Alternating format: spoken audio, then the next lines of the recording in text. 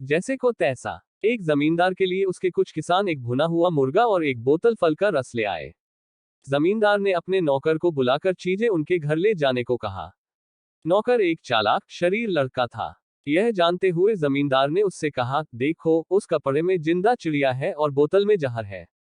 खबरदार जो रास्ते में उस कपड़े को हटाया, क्योंकि अगर उसने ऐसा किया तो चिड़िया उड़ जाएगी और बोतल सूंघ भी ली तो तुम मर जाओगे। समझे? नौकर भी अपने मालिक को खूब पहचानता था। उसने एक आरामदेह कोना ढूंढा और बैठकर भुना मुर्गा खा गया। उसने बोतल में जो रस था वह भी सारा पी डाला, एक बूंद भी नहीं छोड़ा। उधर जमींदार भोजन के समय घर पहुंचा और पत्नी से भोजन परोसने को कहा। उसकी पत्नी ने कहा, जरा देर ठहरो, खाना अभी तैयार नहीं है। जमींदार ने कहा, मैंने जो मुर्गा और रस की बोतल नौकर के हाथ वही दे दो, वही काफी है।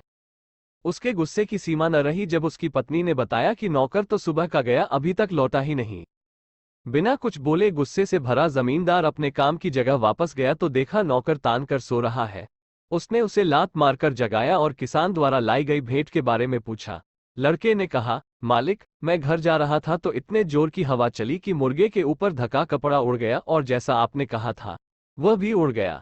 मुझको बहुत डर लगा कि आप सजा देंगे और मैंने बचने के लिए बोतल में जो जहर था वह पी लिया और अब यहाँ लेटा लेटा मौत के आने का इंतजार कर रहा था।